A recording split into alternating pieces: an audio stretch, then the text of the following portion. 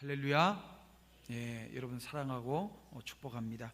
무더위 속에서 어떻게 한 주간 보내셨는지요? 주님이 우리에게 허락하신 모든 관계 속에서 여러분 선을 이루시는 여러분들의 삶이었기를 이렇게 한번 기대해 봅니다. 여러분 옆에 있는 분들과 우리 함께 인사 한번 나눌까요? 네. 당신은 그리스도의 향기입니다. 네. 당신은 그리스도의 향기입니다. 네. 자, 오늘 우리 함께 읽은 본문 말씀을 통해서 향기 결코 가둘 수 없다라고 하는 제목으로 말씀 함께 나누고자 합니다. 여러분, 이 꽃향기라고 하는 것은 사람에게 때로는 은은한 기쁨이 되어지기도 하고 또 즐거움이 되기도 합니다. 그리스도인의 삶도 향기 나는 아름다운 삶이어야 된다라고 하는 것이 성경이 우리에게 말씀해 주는 내용 아니겠어요? 자, 지금 바울을 보십시오. 바울은 비록 지금 감옥에 갇혀 있지만 아름다운 복음의 향기를 뿜으면서 오늘 우리가 어떤 자세로 살아야 되는가라고 하는 것을 일깨워 주고 있습니다. 지금 사도 바울이 감옥에 갇혀 있듯이 혹여 여러분의 삶이 갇혀 있는 삶이 아니기를 바랍니다. 하지만 갇혀 있는 삶이라 할지라도 그 안에서 복음의 향기, 이건 영향력이거든요. 이런 것들이 행사되어지는 은혜가 있기를 간절히 소망합니다. 그래서 오늘 본문 말씀을 통해서요, 향기 나는 그리스도의 삶이 어떤 것인가 우리가 함께 생각해 볼 때 제가 이제 오늘 본문 말씀을 통해서 두 가지를 여러분과 함께 나누고자 합니다.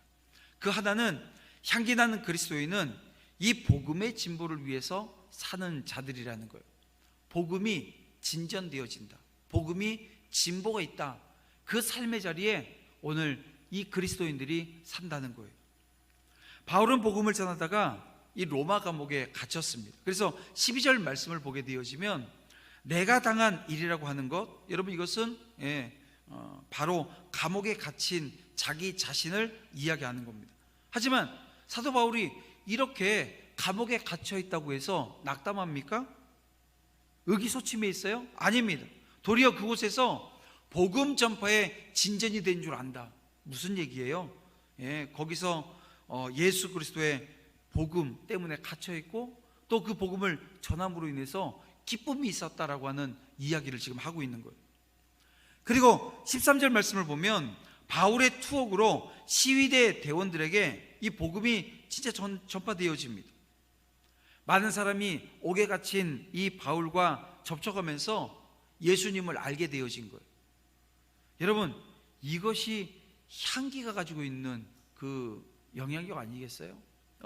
예수 그리스도 이 복음의 향기, 그래서 만나게 되어지면 향기가 전해지고 향기가 전해지면 기쁘고 즐거워하는 삶의 자리가 회복되어진다는 거예요.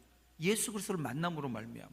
근데 이 기쁨이라고 하는 것이 그냥 하하하 호호 하는 기쁨이 아니라 오늘 우리 영혼의 기쁨, 어떤 겁니까? 구원의 기쁨이 오늘 우리 가운데 일어나게 되어진다는 거예요. 바울을 옥에 가두면 야, 이게 바울이 위축될 거야 이렇게 생각했지만 오늘 14절 말씀을 보면 많은 성도가 도리어 겁이 없어져 버렸습니다.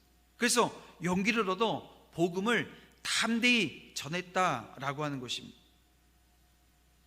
로마에서 복음을 전하는 바울을 대적하는 이들이 오늘 보면 15절 16절에 보니까 분명히 있었어요. 경쟁자들도 있었습니다. 이들은 바울의 투옥을 기회로 삼아서 어떤 마음을 갖냐면 이 경쟁심, 이기심, 이 동기로 복음을 전합니다.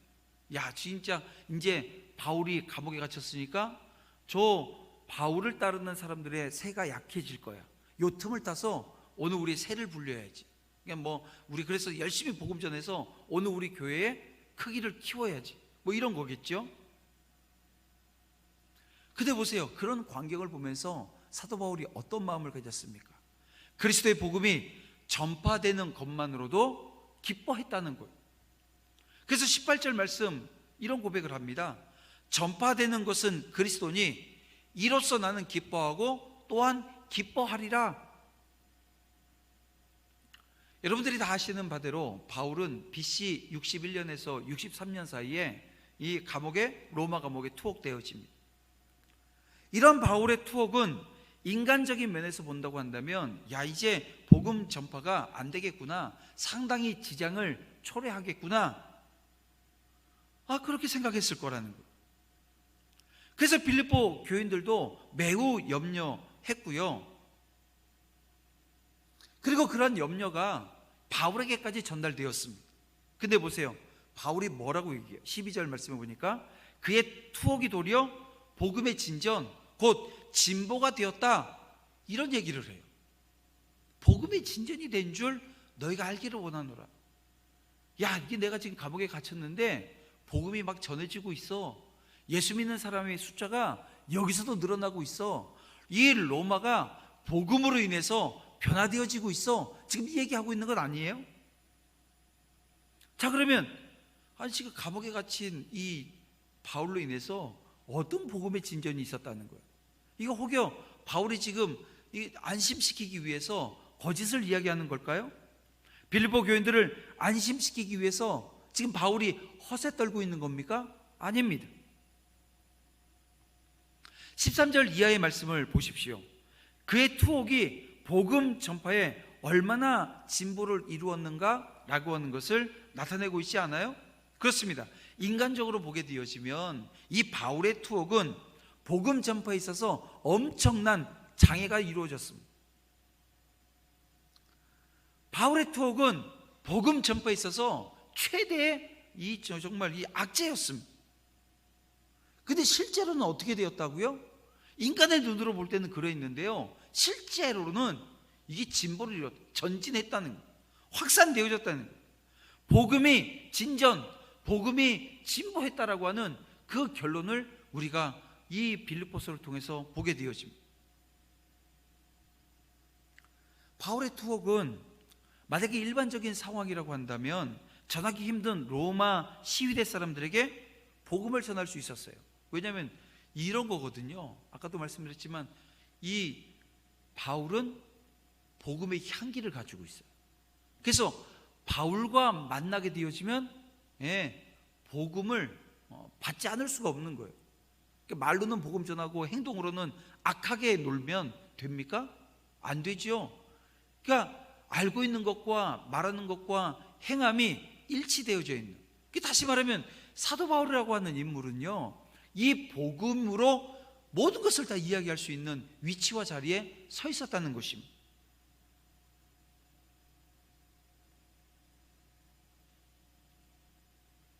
근데 이런 모습, 이 바울이 그렇게 감옥에서 복음 전하는 그 모습 때문에 이제 다른 성도들도요, 어떻게 해요?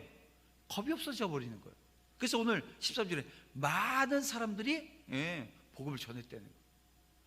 여러분, 바울의 투옥은 그런 겁니다. 이것이 무엇을 말해주는 걸까요?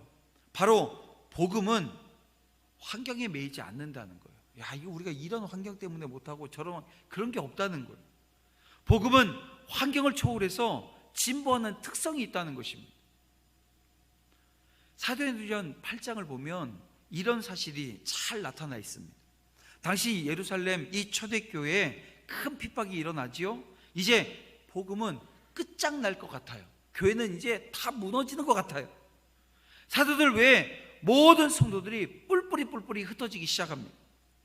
근데 여러분, 복음이 과연 끝장나 버렸나요? 핍박으로 인해서 복음의 확장이 중단됐습니까? 아닙니다. 오히려 이 뿔뿔이 흩어지는 이 현상으로 인해서 복음은 오히려 비약적으로 확장되어집니다. 핍박으로 흩어진 성도들이 가는 곳마다 복음 전파하는 거예요. 복음은 예루살렘을 넘어서 유다와 사마리아를 넘어 어디까지요? 안디옥에까지 복음이 이르게 되어집니다. 여러분, 바로 이것입니다. 복음은 이렇게 환경을 초월해서 진보하는 특성이 있습니다. 복음은 마치 불길 같아서 가두어 두려고 한다면 여러분, 어떻게 더 퍼지는 그런 불길과 같아서 그런 역사가 일어납니다. 또 복음은 물과 같아요. 가두게 되어지면 어떻게 돼요? 차고 넘치게 되어진다는. 초대교회를 핍박하던 로마 제국이 마침내 어떻게 됩니까? 복음 아래 무릎이 꿇려지고요. 그리스도 교회를 국교로 삼게 되어진 것 여러분 생각해 보셔요. 여러분 어떤 환경, 어떤 처지에서도 하나님 뜻만 믿고 행하게 되어지면 복음은 진보한다는 것입니다. 우리 도남지일교회는 여기에 대한 확실한 믿음이 있었어요. 그래서 이 코로나 기간에도 계속해서 복음을 전합니다. 계속해서 복음을 전하는 자리에 있어요. 이제 돌아오는 주 토요일까지 이제 노방전도 지금 전도하는 걸 하고요. 방학이라고 하는 걸 좀 했으면 합니다. 그러니까 쉬기 위한 방학이 아니라 사역을 위한 방학을 하게 되어집니다. 그러니까 전에도 보니까 구역 방학하면 구역장님들이 그냥 다 놀아버리더라고요. 구역 관리하거나 전혀 없어요. 이번엔 그러지 않습니다. 9월 셋째 주에 다시 시작되어질 건데요.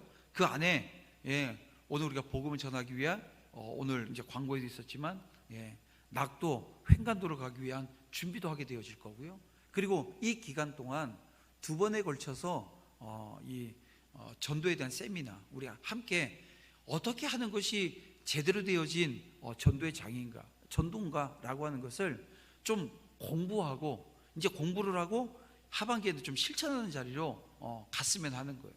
그러니까 오늘 사도 바울의 그 복음 전하는 이 과정에 대한 것들도 함께 좀 살폈으면 좋겠고요.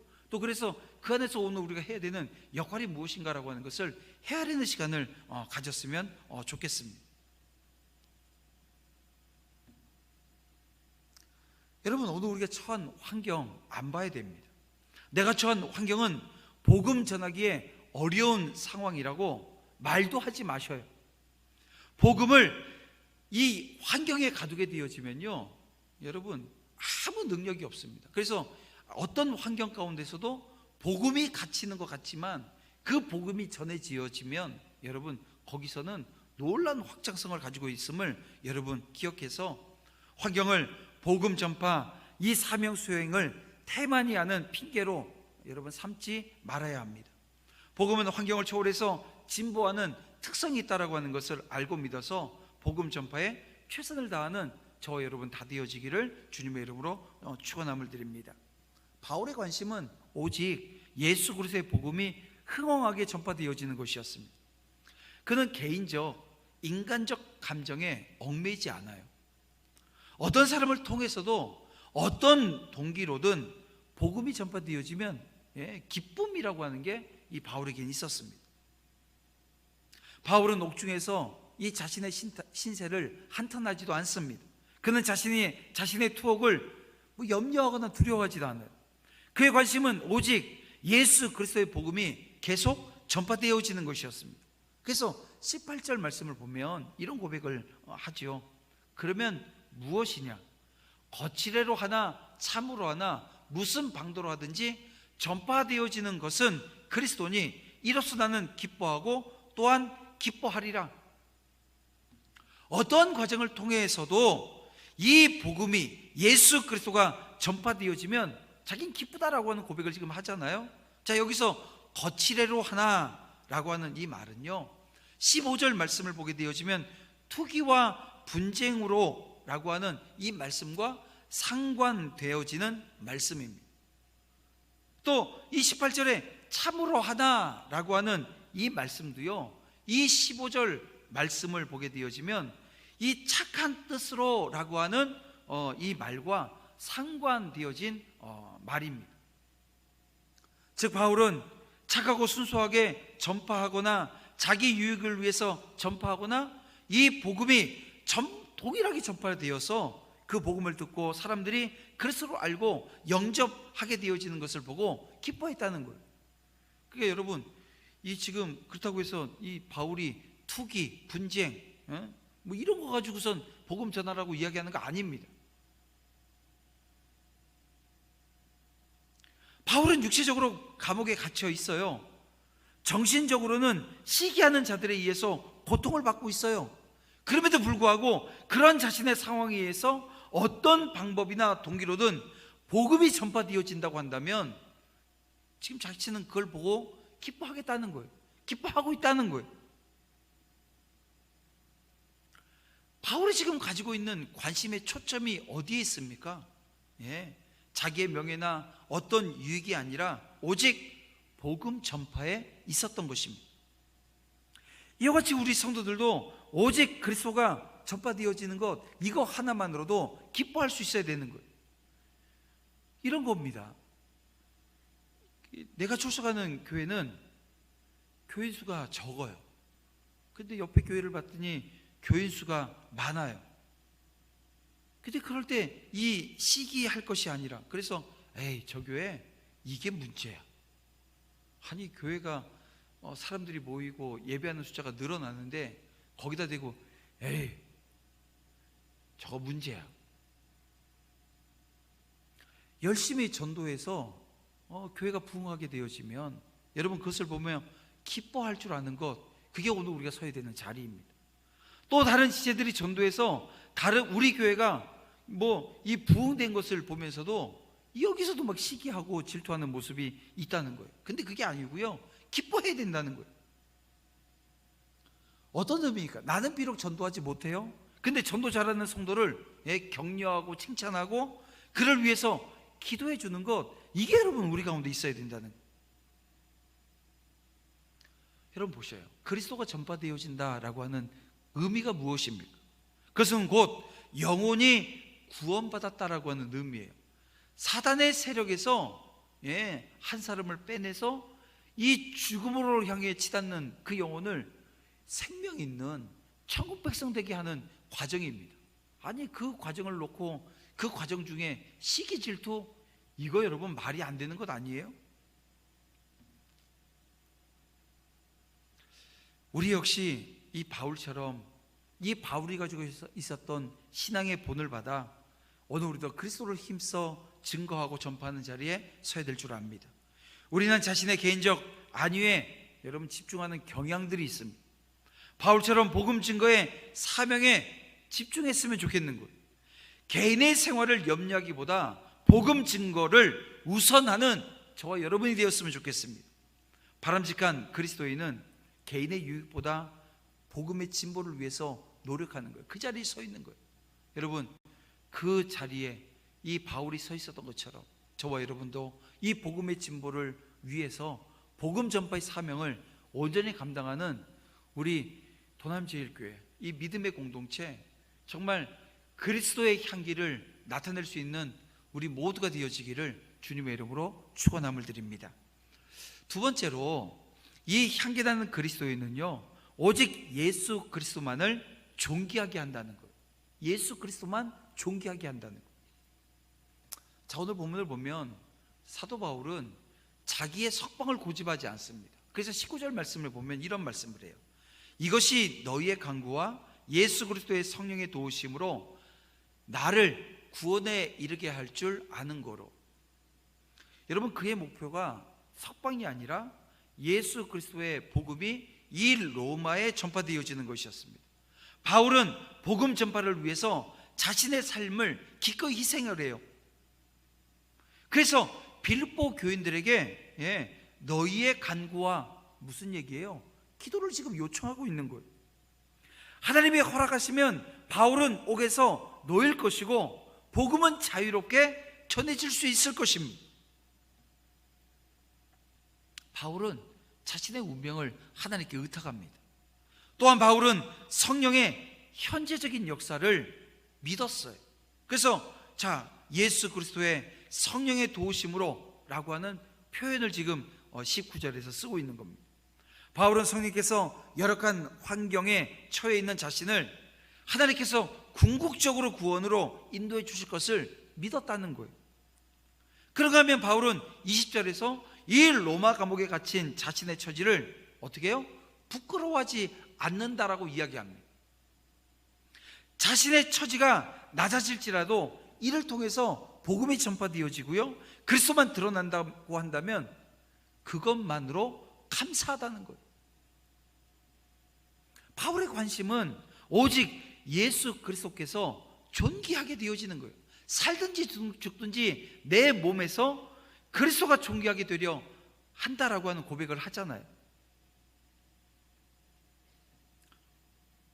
바울은 살든지 죽든지 자기 몸에서 이 그리스도의 존귀를 드러내기를 원하는 것입니다.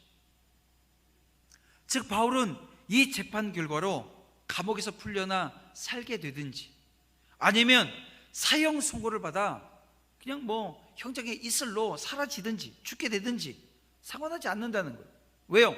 오직 자기 몸을 통해서 누가요? 그리스도가 존귀하게 되기만을 원하고 있다는 것입니다. 자, 그러면 여러분, 이 바울의 각오를 이 시간 우리가 듣잖아요. 그러면서 야, 바울 대단하다, 바울은 정말 대단한 사람이야, 만약에 여기서 머무르고 있다고 한다면 여러분 죄송한데요, 오늘 우리는 종교인의 수준에서 머무를 수밖에 없습니다. 왜냐하면 아는 것으로 끝나버리는 거예요. 아, 그랬구나, 바울이 그랬네. 근데요, 오늘 우리는 종교인이 아니라 어떤 거예요? 예수 그리스도를 믿는 믿음의 사람이고, 하나님께서 오늘 우리에게 주신 은혜가 있어서요, 오늘 우리는 삶의 자리가 그러하면 안 되는 거예요. 오늘 우리 모든 성도들의 각오 고백, 이것이 바울의 각오와 고백이 되었으면 이게 참으로 좋겠다는 것입니다. 우리 역시 우리의 몸으로 그리스도를 존귀케 해드려야 되는 거예요. 자, 그러면 어떻게 하면 그리스도를 오늘 우리의 삶을 통해서 존귀하게 할 수 있을까요? 제가 몇 가지를 여러분과 함께 나누려고 하는데요, 먼저 그리스도의 영이신 성령의 전으로서 오늘 우리가 합당한 삶의 자리에 서야 된다는 것입니다. 여러분들이 잘 아시는 말씀 한 구절 보겠습니다. 고린도전서 3장 16절 17절 말씀인데요, 우리 화면에 있으니까 우리 다 같이 함께 읽어볼까요? 너희는 너희가 하나님의 성전인 것과 하나님의 성령이 너희 안에 계신 것을 알지 못하느냐? 누구든지 하나님의 성전을 더럽히면 하나님이 그 사람을 멸하시리라. 하나님의 성전은 거룩하니 너희도 그러하니라. 성령의 전으로서 합당하게 행하는 것은 다른 게 아닙니다. 곧 거룩하게 행하는 것을 의미하는 것이라고 지금 이 고린도전서 이 3장에서 말씀하고 있는 거예요. 거룩은 하나님의 전의 생명입니다. 거룩은 하나님의 전에 있어서 생명이라고 하는 것을 기억하셔요. 정녕 성도는 범사에 거룩하게 살아내는 삶의 자리가 있어야 합니다. 거룩하게 행한다라고 하는 것은 구체적으로 믿지 않는 자들과 다르게 행동한다라고 하는 의미입니다. 불신자들이 이기적인 생활을 하고 있을 때, 오늘 우리 성도들은 이웃을 위해서 자비와 긍휼을 베푸는 이타적인 삶의 자리에 서 있어야 된다는 거예요. 또 불신자들이 방탕하며 살아갈 때에 성도는 절제하며 살아야 합니다. 그래야 내 몸에 계신 그리스도의 영이신 성령께서 존귀함을 얻게 되는 것입니다. 다음으로 그리스도의 지체로서 합당하게 생활해야 된다는 것. 고린도전서 12장 27절 말씀을 또 보겠습니다. 함께 볼게요. 다 같이 볼까요? 너희는 그리스도의 몸이요 지체의 각 부분이라. 여러분, 지체는 머리의 뜻대로 움직여야 정상입니다. 이 머리가 여기 머리에서 생각해서 이렇게 해 하는데 이게 그렇게 행하지 않으면 이게 정상이 아닌 거죠. 머리의 뜻대로 지체가 움직여주지 않으면 그 사람을 우리는 어떻게 부릅니까?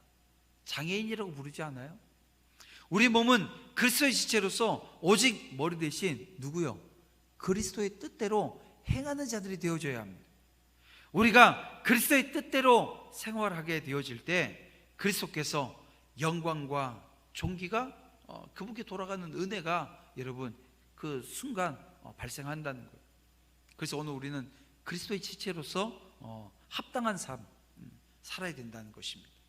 또 우리의 몸을 그리스도의 의의 병기로 합당하게 사용할 줄 알아야 됩니다. 로마서 6장 13절 말씀을 또 보겠습니다. 다 같이 함께 보겠습니다. 또한 너희 지체를 불의의 무기로 죄에게 내주지 말고 오직 너희 자신을 죽은 자 가운데서 다시 살아난 자같이 하나님께 드리며 너희 지체를 의의 병기로 하나님께 드리라, 이렇게 말씀하고 있습니다. 자, 보세요. 너희 지체를 불의의 무기로 죄에게 내주지 말라는 거예요. 그리고 어떻게 해요? 너희 지체를 의의 무기로 하나님께 드리라는 거예요. 즉 다시 말하면 세상의 죄악에 대해서는 이기라는 거예요. 승리하라는 거예요. 의로 행하는 삶의 자리에 서라는 것입니다. 그렇지 않으면 우리가 세상 죄악에 지는 생활을 하거나 불의를 행하는 생활을 하게 되어진다는 거예요. 근데 그것이 어떤 의미입니까?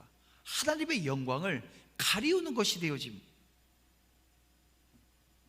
끝으로 그리스도의 거울로서 합당하게 생활해야 한다는 것입니다.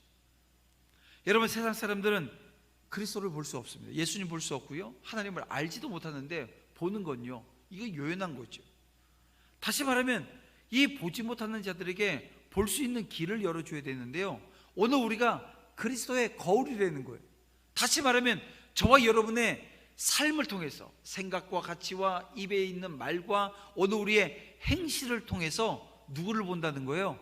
예수님 본다는 거예요. 그래서 우리는 그리스도께서 행하신 것처럼 빛된 생활을 함으로 그리스도를 드러내고, 또 그리스도께서 소금처럼 자신을 희생해서 많은 사람들을 이 구원의 은혜에 여러분 초청해 주셨던 것처럼 오늘 우리도 자신을 희생해서 이웃의 유익을 구하는 삶의 자리 여러분 서야 된다는 것입니다.